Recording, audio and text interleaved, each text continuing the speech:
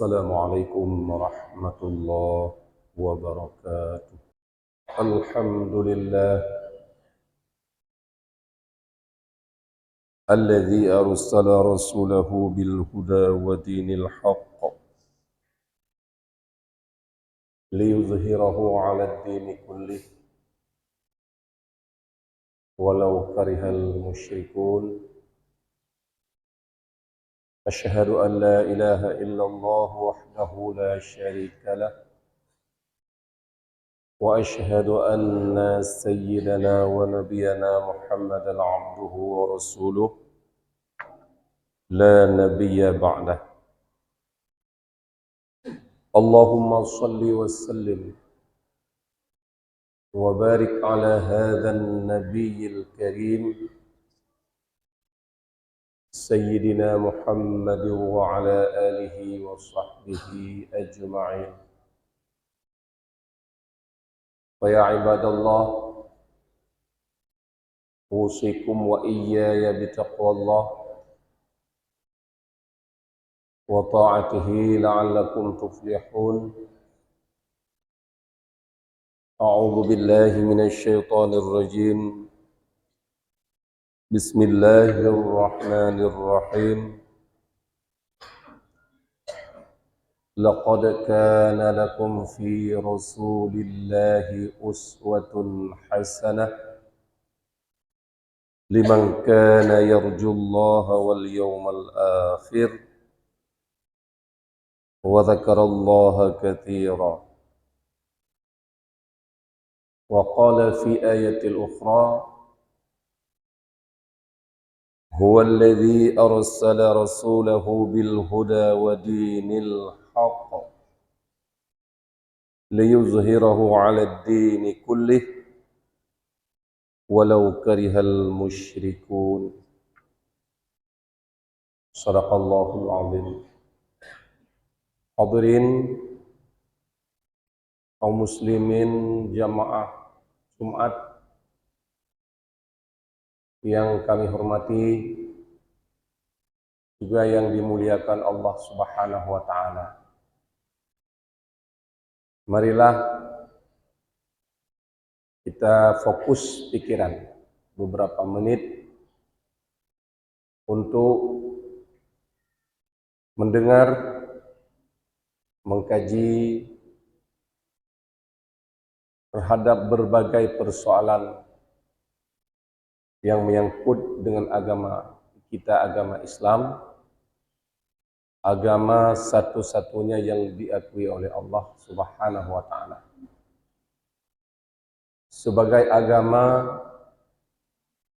yang dapat membawa manusia ke dalam syurga Allah Subhanahu wa taala. Tengku-tengku kaum muslimin jemaah yang berbahagia, hari ini kita berada di hari yang ke-12, yang ke-13 daripada bulan Rabiul Awal. Bulan Rabiul Awal, bulan di mana ada suatu peristiwa yang besar. Peristiwa perubahan tingkah laku manusia, karena Allah melahirkan seorang manusia yang super, manusia yang luar biasa dalam segala hal. Beliau luar biasa dari yang luar biasa, yaitu beliau seorang rasul. Beliau orang yang mampu merubah keadaan manusia dari berperilaku jahiliyah kepada yang berperilaku Islamiyah. Beliau mampu mengubah pola hidup manusia yang tidak menyembah Allah kepada manusia yang menyembah Allah Subhanahu wa taala. Dalam kurun waktu yang singkat,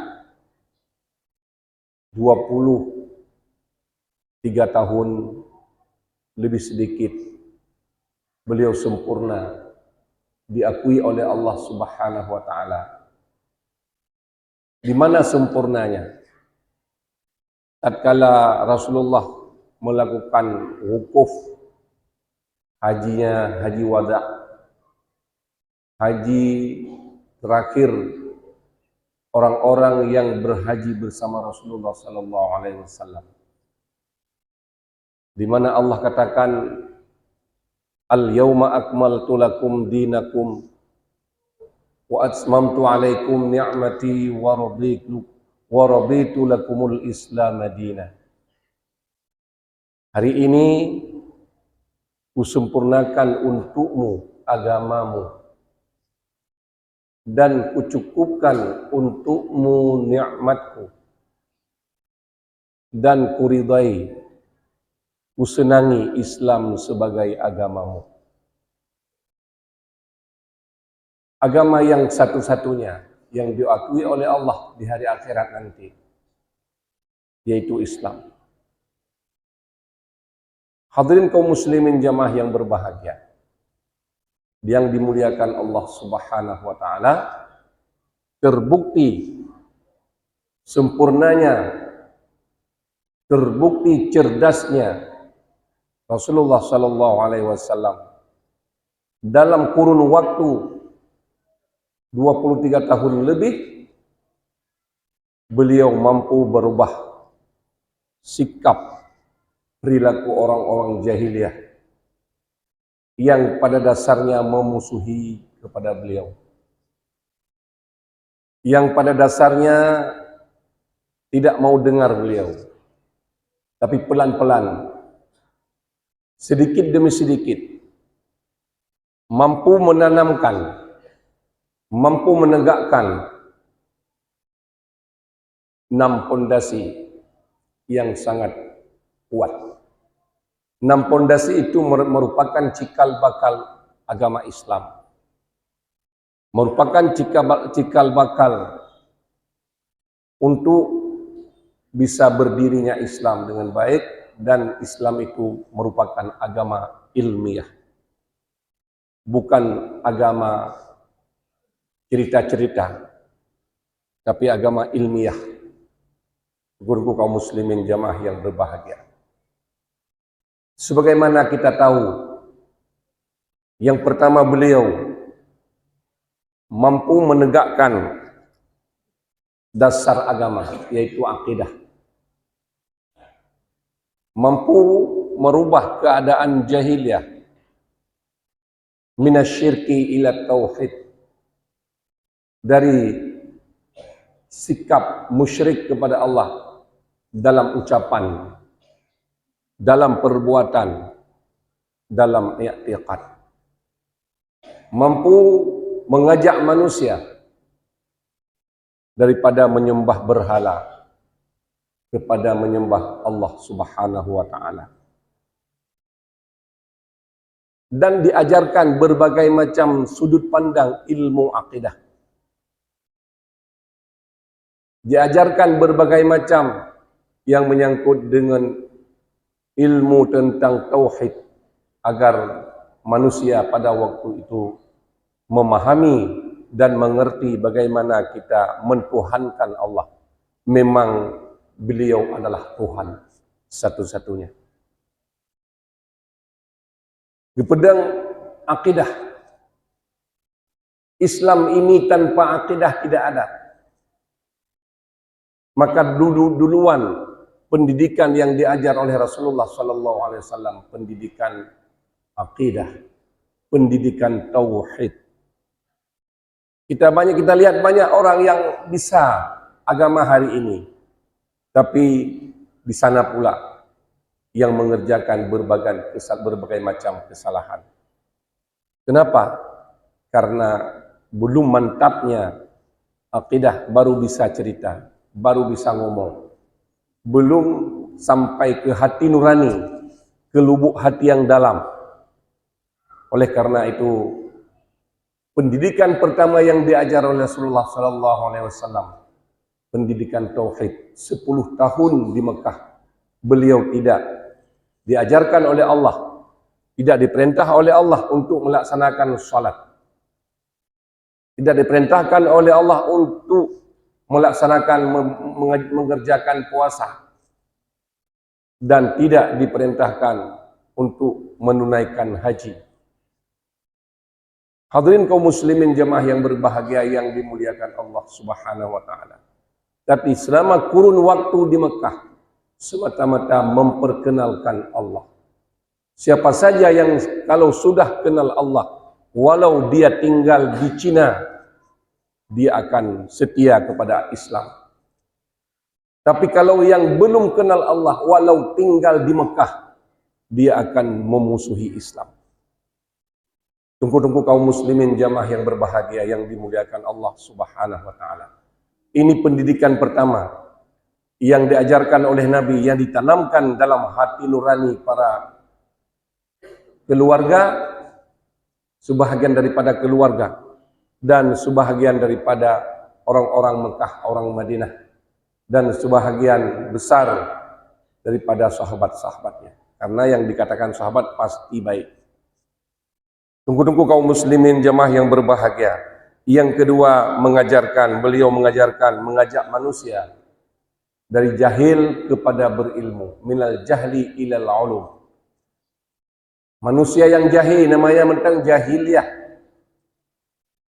Kondisi jahiliyah itu yang dirubah oleh Rasulullah sallallahu alaihi wasallam. Sehingga berilmu. Ilmu apa saja yang ada perintah dari Allah.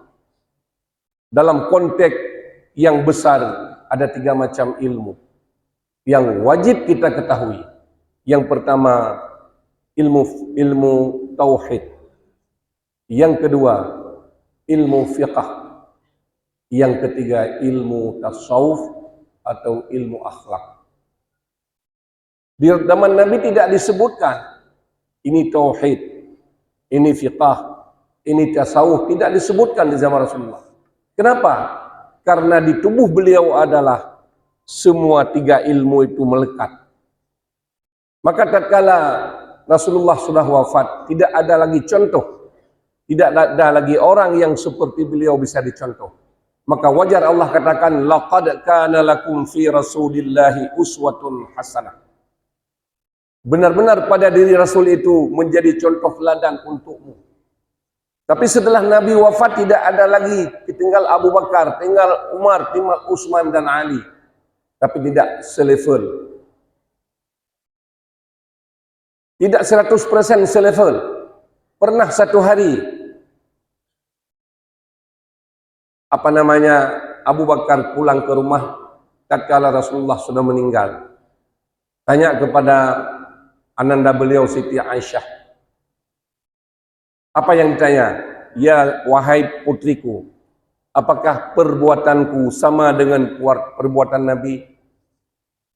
Sama, wahai abah. Tapi ada yang sedikit yang tidak sama. Rasulullah ada tugas khusus. Ada seorang Yahudi buta, tidak punya siapa-siapa, tinggal di emperan kedai-kedai orang. Buta, sudah tua, miskin.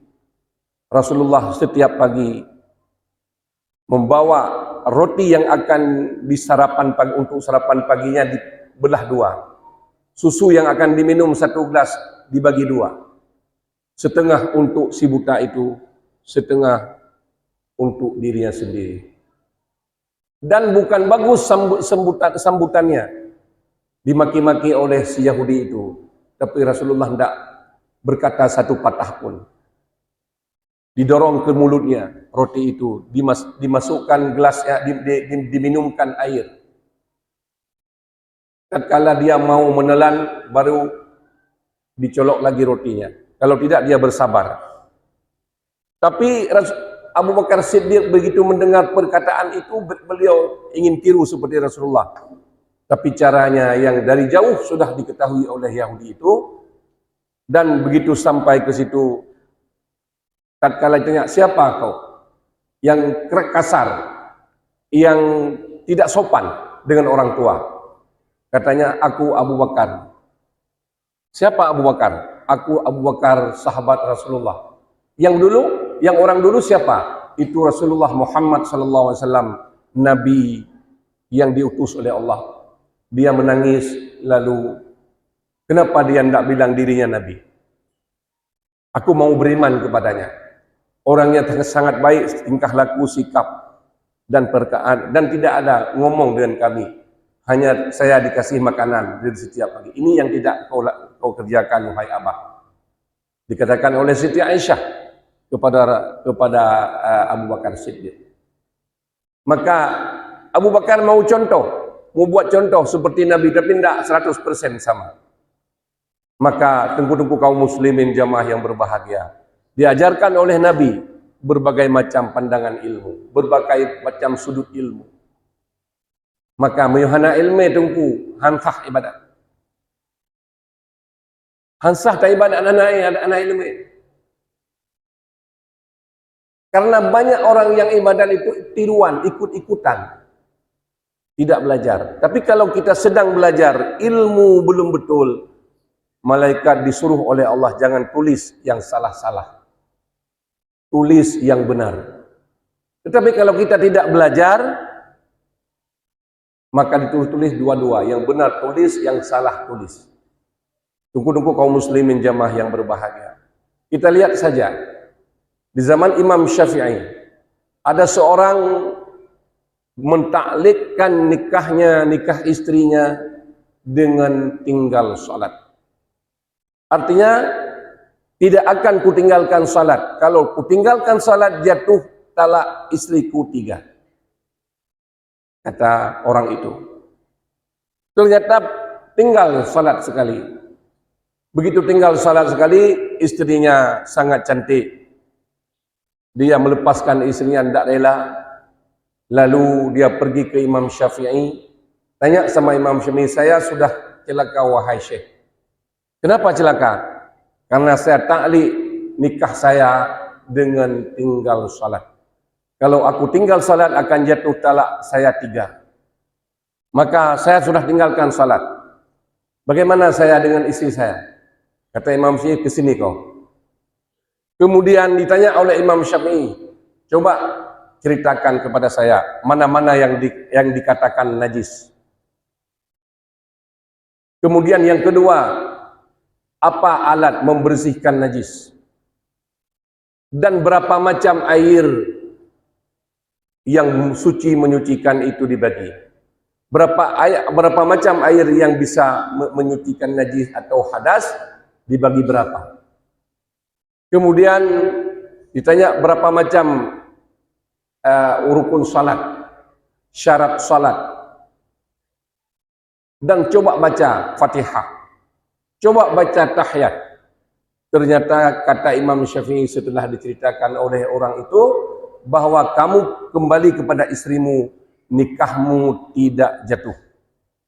Kenapa Syekh tidak jatuh? Padahal saya sudah salat, umur saya sudah 45. Berarti kalau dipotong 13 tahun, itulah yang sudah saya salat. Kamu belum salat katanya.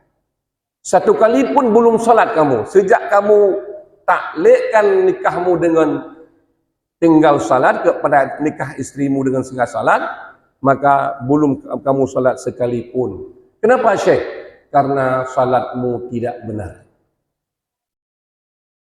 Ada sedih kita.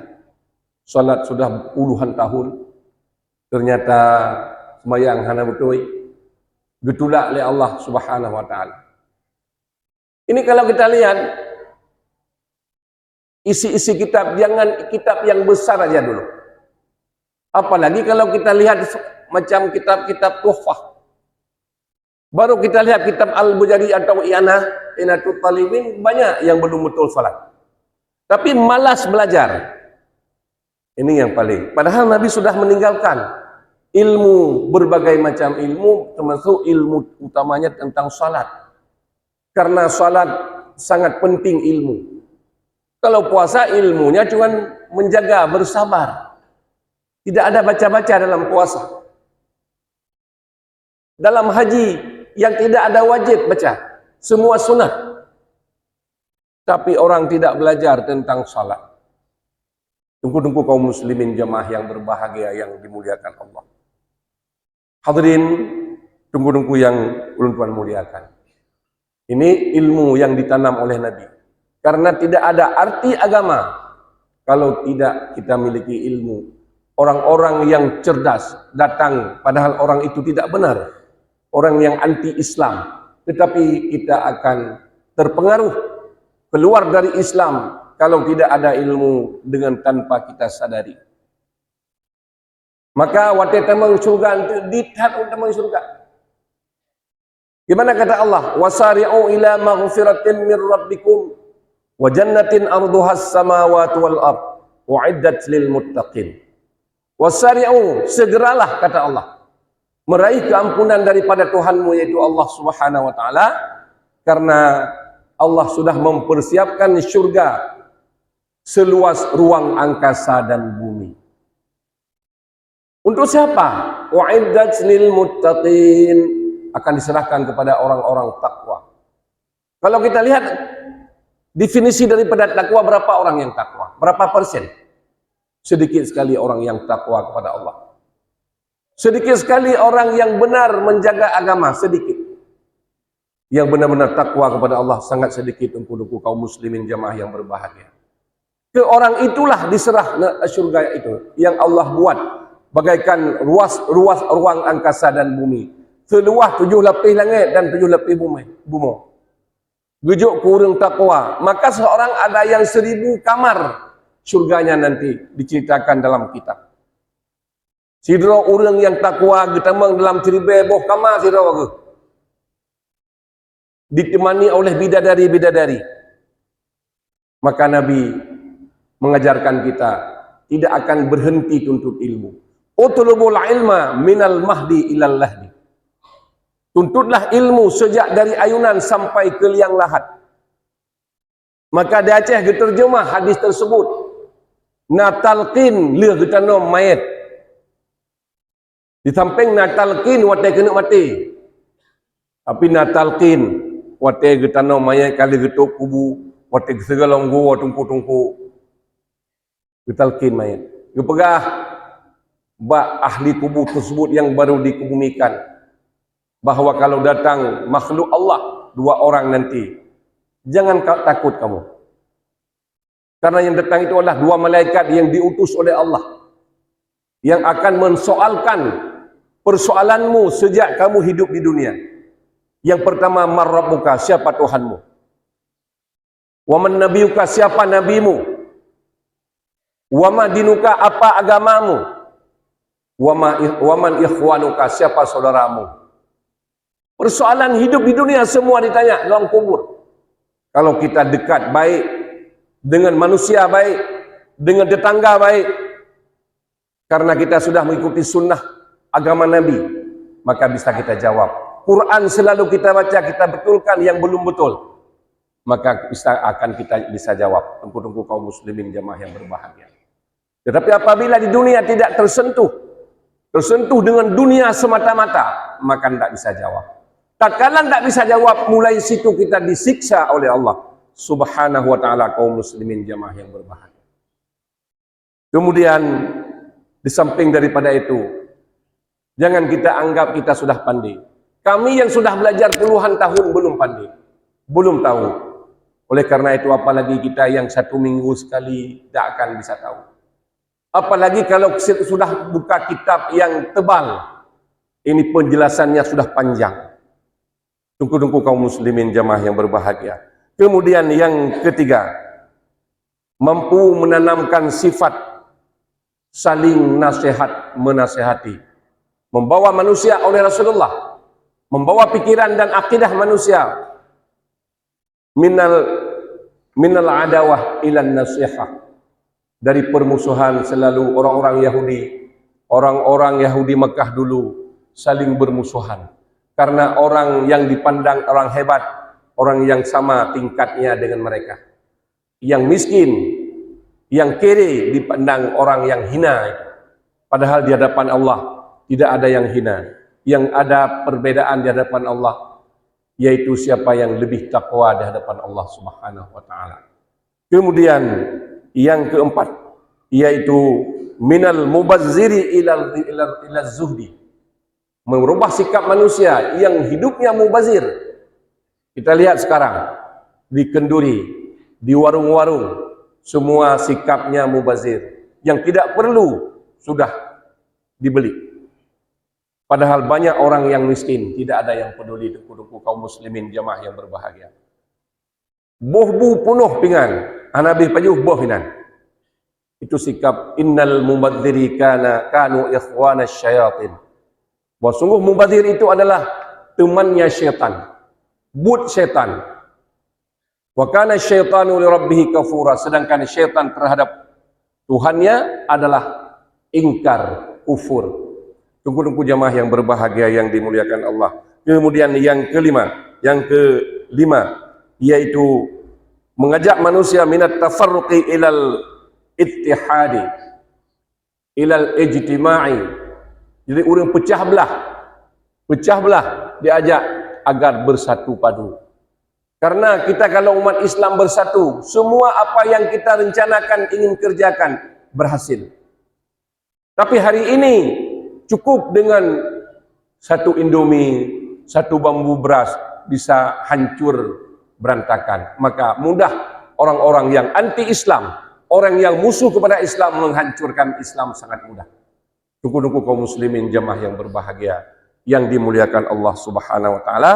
Yang terakhir, minar riya ilal ikhlas, mampu menanamkan sikap ikhlas kepada umatnya, kepada sahabatnya, kepada orang Makkah, dan sampai hari ini masih berlaku butir-butir itu walaupun tidak semua orang mengikutinya. Maka orang-orang sebahagian besar orang-orang Makkah pada waktu itu, orang Madinah, yaitu perbuatannya dia pamer, maka diajak oleh Nabi agar ikhlas lillahi ta'ala semata-mata. Mudah-mudahan tunggu-tunggu kaum muslimin jamaah yang berbahagia, baru kemarin kita rayakan, kita peringati maulid Nabi Sallallahu Alaihi Wasallam. Untuk apa kita peringati? Apa hanya sekedar untuk makan-makan? Untuk masak kenduri bawa ke masjid, ke madrasah? Bukan. Kita ambil contoh, kita ambil teladan, anak cucu kita ajarkan bagaimana perilaku Nabi, apa yang dikerjakan oleh Nabi Sallallahu Alaihi Wasallam, sehingga kita tegak agama Islam seperti hari ini.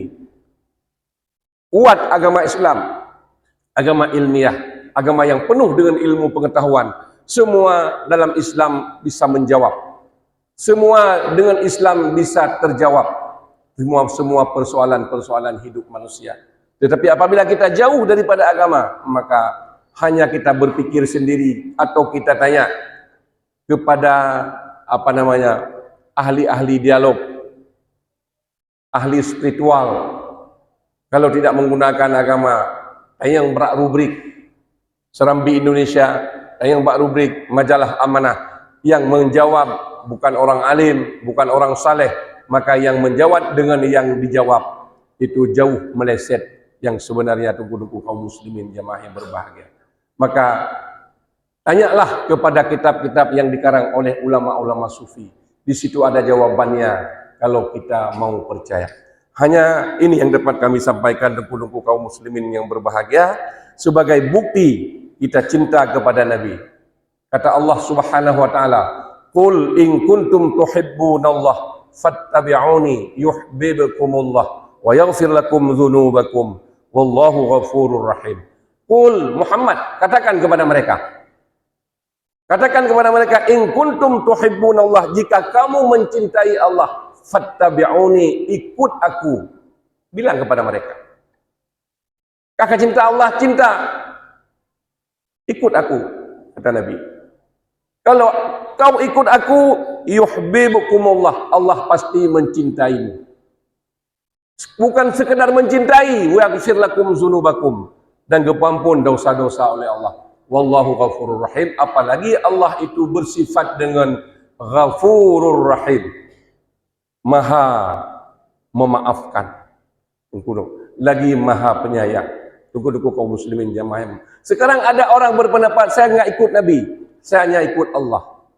Nabi itu ada hadis yang dhaif, kita ikut. Siapa bilang hadis Nabi dhaif? Yang bilang itu kan karena perawinya.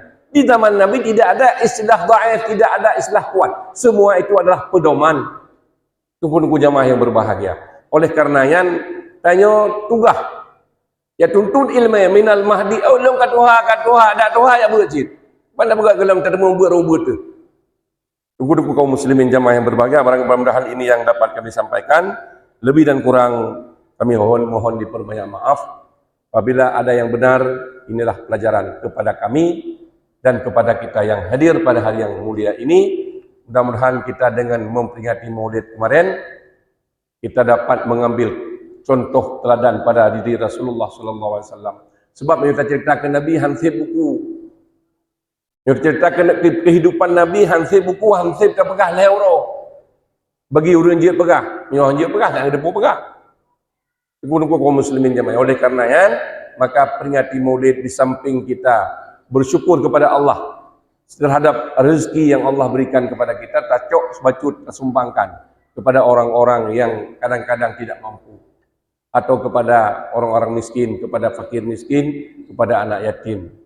Di samping kita makan sendiri. Hadirin jamaah yang berbahagia, mudah-mudahan apa yang kami sampaikan ada manfaatnya.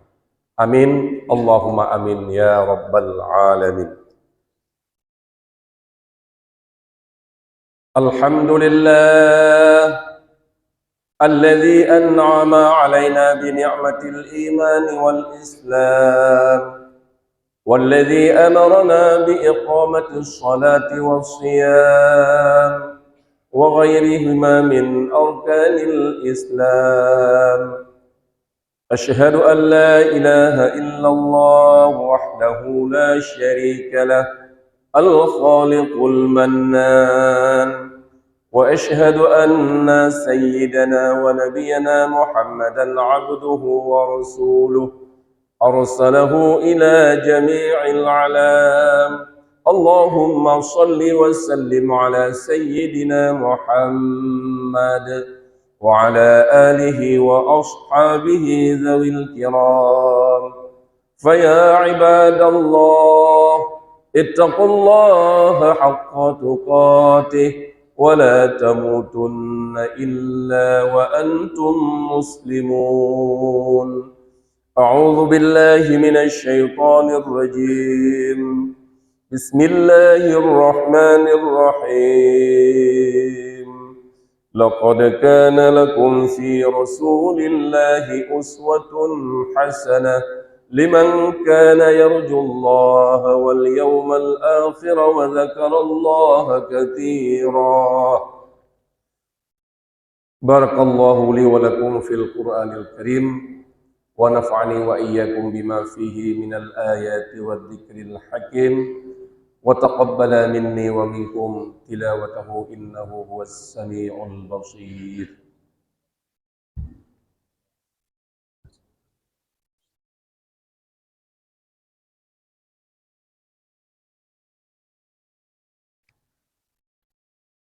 الحمد لله الذي نحمده ونستعينه ونستغفره ونعوذ بالله من شرور أنفسنا ومن سيئة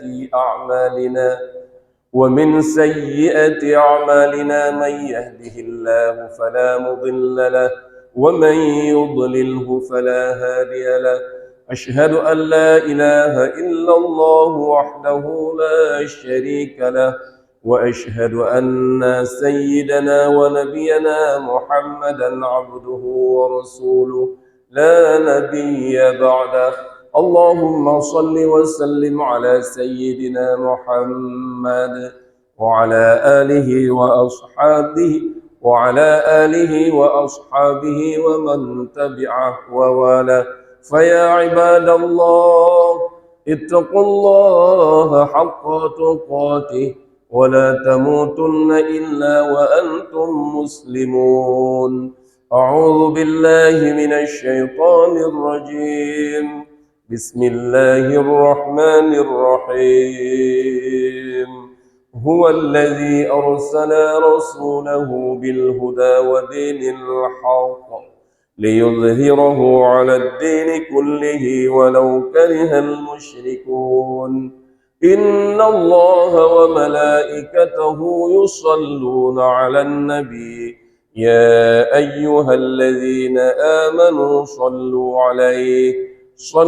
عليه وسلموا تسليما اللهم اغفر للمؤمنين والمؤمنات والمسلمين والمسلمات الأحياء منهم والأموات وتابع بيننا وبينهم بالخيرات رب اغفر وارحم وأنت خير الراحمين ربنا آتنا في الدنيا حسنة وفي الآخرة حسنة وقنا عذاب النار ولذكر الله أكبر والله يعلم ما تصنعون أقيموا الصلاة